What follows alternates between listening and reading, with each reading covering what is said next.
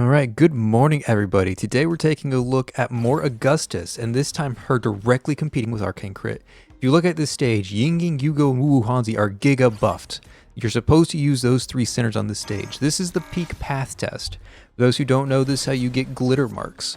It's a little filter over the center's portraits that has a little shine effect go through. If you look through your friends list, you'll probably see a few people with glitter marks.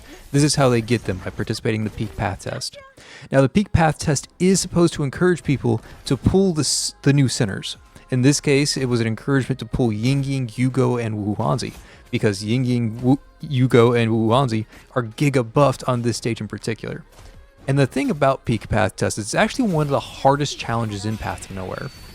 The anniversary went over some stats, and only 376 or 356 or some 300 something people were able to collect every glitter mark. 300 people only. Like, these stages are incredible. If only 300 people of the entire global player base is able to clear these stages, or all of these stages, then it's a very difficult endeavor. And again, like, one of the reasons why it's so difficult to do is because you're supposed to pull the latest and greatest centers. And if you don't have those, you're at a major disadvantage. I don't have any of the buffs for the Arcane Crit team.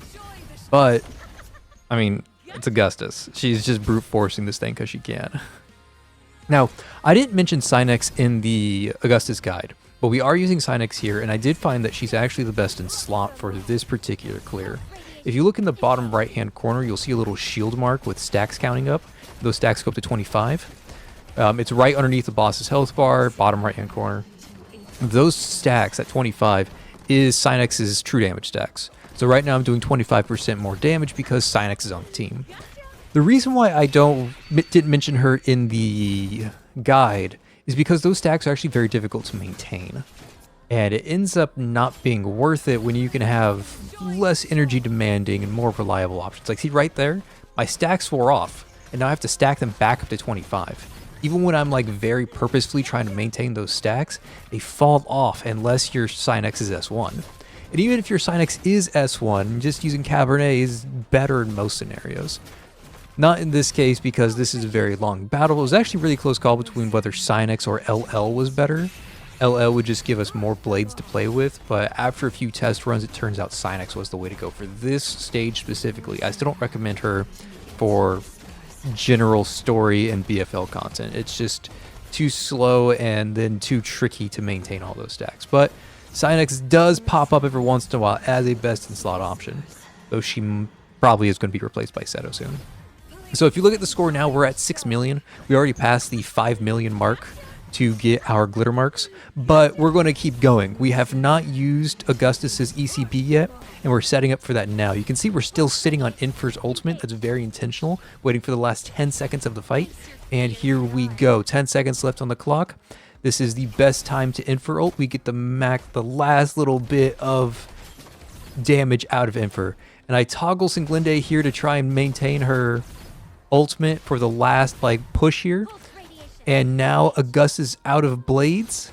We've got 3 seconds left on the clock. Here it comes, the big nuke. All of that damage she recorded coming to life. And with 1 second to spare, we hit 10 million. Max score beating the peak path test at the 10 million marker. This is an incredible feat from Augustus and the rest of her true damage companions.